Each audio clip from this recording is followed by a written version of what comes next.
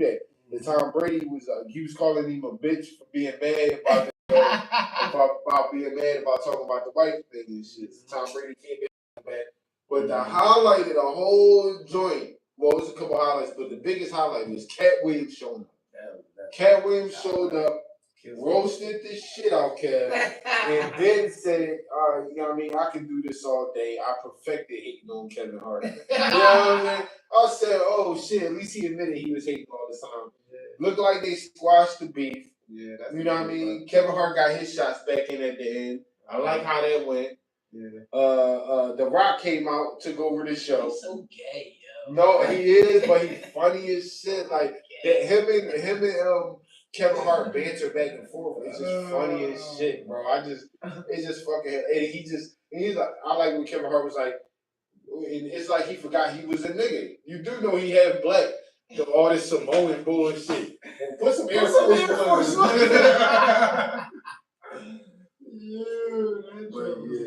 Yo, bro, that shit was good. Cheryl Underwood was great on that joint. She killed that shit. That's crazy. That boy kept talking about her husband. Yeah. Shane Gillis. He funny as shit. Shane Gillis is crazy. He said, Draymond, what did he say? Draymond Green, your team, the Warriors, and the logo is the bridge. He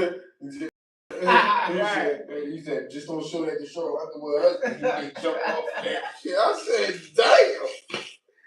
Yeah, that joke is crazy, but that's the point of a roast. You say on the raunchy, the craziest stuff ever. He kept saying he called the reporter to make sure. So right, because he kept feeling bad about saying that. He kept saying that. But yeah, no, that was definitely a good roast. I ain't gonna lie. Usher even came out and roasted me on a singing joint. Like how you get roasted on a singing joint? Like that was crazy. Lizzo big ass came out there and roasted him. You know what I mean? They just cut her the fuck up as soon as she came out there. I was like, you already knew she was gonna get cut up. Yeah, but that joint, that was a good joint. That was a good one, bro. I like Kevin Hart, he definitely killed it. And on top of the, cause that's crazy. I just was watching the Funny AF joint where he had all the we just picked all the comics and they cheated for the boy around. He should have won that joint. Even though he was funny, but for who? The boy who won it. You ain't seen the Funny AF, you don't watch that. That's all right. He went like to Chicago, New York. Yeah, I was watching the first one. Spoiler alert. Yeah, spoiler alert. I was just watching the joint because I had right after that it made me watch the other. That's what it made me watch. Yo, and I don't watch nothing, but I'm like, oh, Kevin Hart got a new show that it's about. I seen it started off with it was him, Key and Peele, Michael Key, who's the other two people? It was the Indian bull and the white girl and Chelsea. Yeah.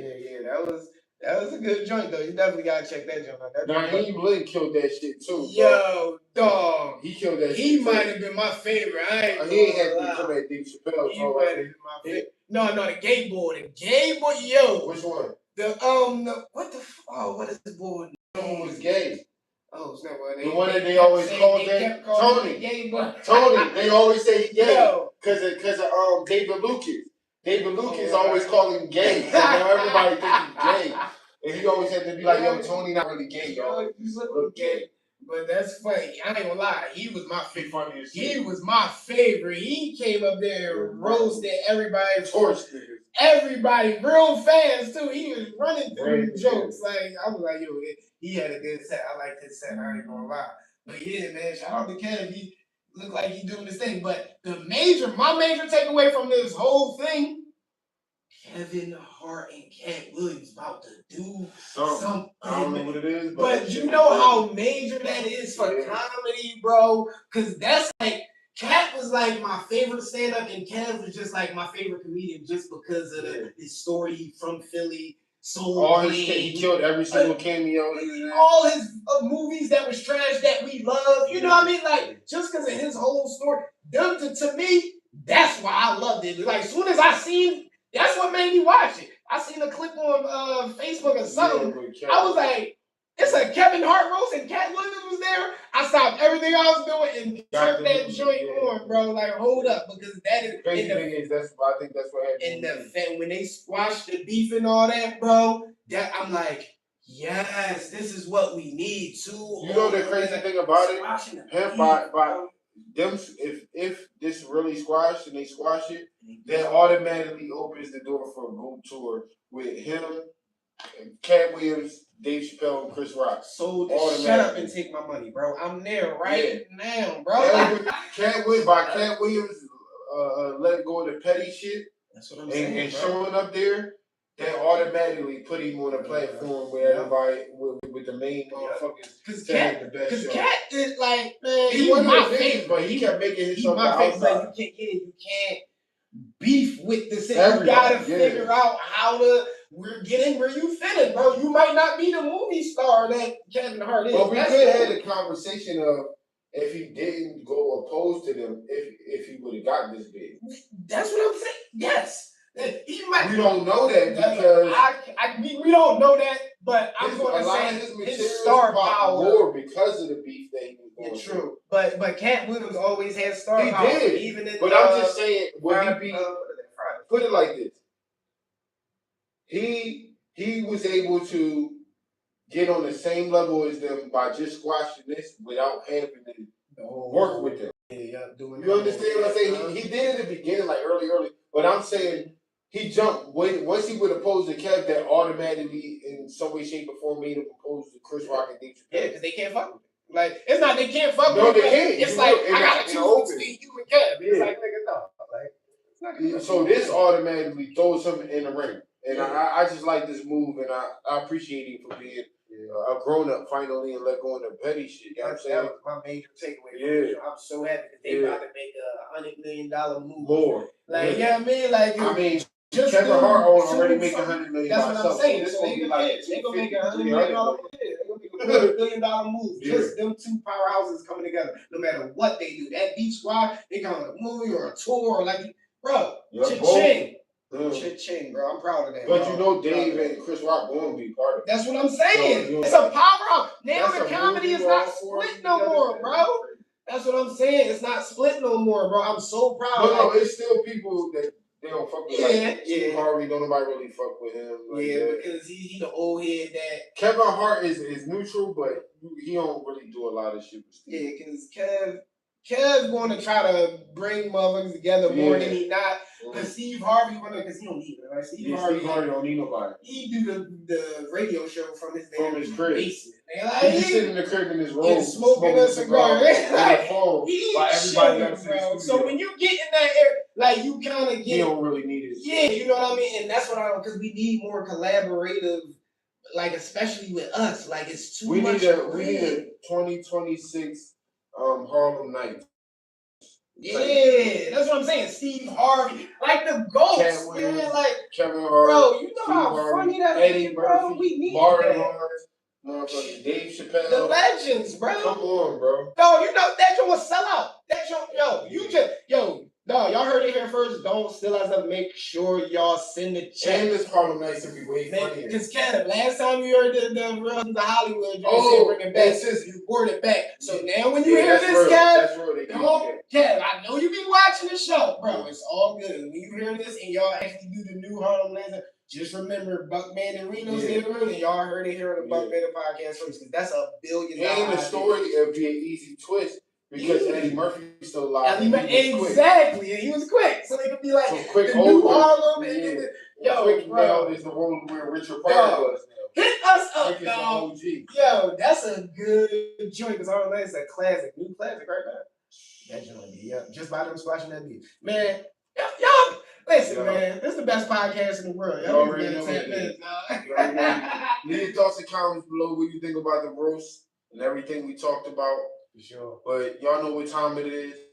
Is it getting to that time? Tell them what time it is, man. Time to step into the financial corner. Yes, sir. Time to step into the financial corner real quick. So let's talk about it, man. Let's talk about, last week we talked about was the market too high to buy stocks. So y'all should have tapped into that video to get some history lessons. But however, we're going to talk about how to go shopping even when the market high, all right? How you do that? So we're going to break it down. We got to look at the stock market like a grocery market, all right? And the reason why I'm looking at it like that is because nigga, we gotta eat. Yeah, it don't matter what them eggs went up to $5. Yeah, we complain, but what we do? We still bought them damn eggs because we gotta eat. So when the market go up and prices is high, we still gotta look at it like we gotta eat. So we look for what we call moats. And all a moat is, you want to think of like the castles back in the day, and they had the water around the castle, and they had the drawbridge to let people in and out with the gators. It's just protection against your enemies. So a moat for a company is protection against its competitors. And all that means is it got brand strength, it got pricing power, and it got something called high switching costs. So let's break it down real fast. Brand strength is, you already know, Kellogg's, General Mills. When you go in the store, your kid gonna want Lucky Charms. You don't care if it costs $8, you gonna buy it because it's Lucky Charms. That's brand strength. High switching costs is like you got an Android and then you got an Android watch, you got Android earbuds. Most likely you want to stay with Android because then if you get an iPhone, you have to get the Apple Watch, then you get the earbuds, you got to get the MacBook. So you got to pay attention. When you got a company has high switching costs, that's probably a good company to invest in because people ain't going to be switching too much. And pricing power just means iPhones used to cost $500, now they cost $1,000, and what niggas is doing? You paying it because it's an iPhone. They have pricing power because they have that brand stability, that brand strength. So that's all you're looking for in a high market, how to buy stocks. You're just looking for moats, that brand. And also, what you want to check too is the earnings. You want to check the receipts. You want to check the earnings, see if they're making money or not. And I already showed you how to do that. If you don't know how to do that, make sure you go tap into the BuckBanditP YouTube because I break it down even more. But you want to check the receipts. You also want to check and make sure that your portfolio is always balanced the right way. So even if stocks go up, like I said, super too high, and you see it's taking over too much of your portfolio, then you might want to trim some down or add some more to some other positions so you can keep your portfolio balanced. All right, and that's the checkout. So that is the financial topic for the week. I just wanted to say that was a fucking great breakdown, bro. A great breakdown. When I broke that down last week and I was watching the video, I said, "Yo, that was good shit." No, the way you just broke that down, if I was already doing this, I would have been like, "Oh, shit." That would make sense. Yeah, that was good shit. Yeah, that was good. I've been doing this shit. I've been doing this for a little while. I've been learning for a little bit. You know what I mean? But let's get to the stock tip of the week. And I'm gonna start doing. I'm gonna give y'all a stock pick of the week too, just so make it a little more. I gotta make another animation. So we're gonna give y'all the stock tip of the week, y'all. And it's just gonna sound repetitive at this point, but it's just what we did, man. All we did was double down and we DCA. DCA. What do I always say? DCA. I'm gonna put that on the shirt. Don't steal my shit. All right. What I always say, DCA, dollar cost average. And what is that, Pete? All that is putting the same amount of money in the market every time. We just did that. You already know our positions. If you don't know the stocks that we have in our portfolio, just make sure you go watch them other episodes. We just put more money into those stocks. But my stock pick of the week, I gotta give y'all a stock pick of the week, man, just to make it more exciting for the episode. This week, it is actually not a stock. You thought it was a stock. No, crypto. Watch Bitcoin. I got a feeling crypto got a pump coming because crypto been creeping up over this 80,000 mark, and we always say diversify. Oh, that's what that transfer was? That popped up? What? Oh, because the transfer popped up on my journal. No, I don't know. Oh, wasn't that? No, we just been putting money in that account. Oh, okay. I was like, damn. But yeah, no, listen, man. This is the thing, man. Me and Reno Count just hit a milestone. You know what I mean? Like, listen, man. Y'all better tap in. We only started investing this year, so I hope y'all ain't too far behind. But the stock pick of the week is Bitcoin, ticker symbol BTC. Make sure y'all expose yourself to some crypto. Yes, sir. $15 in there.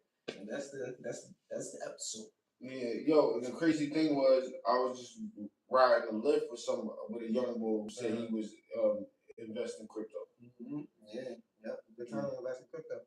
Well, leave your thoughts and comments below on what he said and everything we talked about today. You know what I'm saying? And if you haven't yet, make sure you subscribe. Hit the notification bell. Ding. Tell a friend to tell a friend. Do what, Pete? Tell them again. And join our members only. See all of our videos, shorts, episodes, clips, motivation, financial advice, everything we got to offer at least a week or two in advance, Yes, man. sir. Shout out to all 153K plus subscribers. By the time you see this, hopefully we at 155, 160. We don't know. We just on go. Hey! Roll to 200K. You already know, baby. I mean, shout out to everybody that's been tuning in. Make sure you subscribe to Buck Bandit's podcast clips. Sure. Subscribe to Buck Bandit's P for that financial advice, for that Fit Life podcast. Sure. And subscribe to Goaltender XL for that sports. Sixers just got swept. Oh man. But we still going to be reporting on the playoffs. Sure. So make sure you stay tuned. Tap in. You already know what it is. Buck Bandit Podcast 187. 187. We out of here. You already know. Buck. Yes, sir, Ski. Them niggas got the broom. Make sure y'all tap in. Yeah.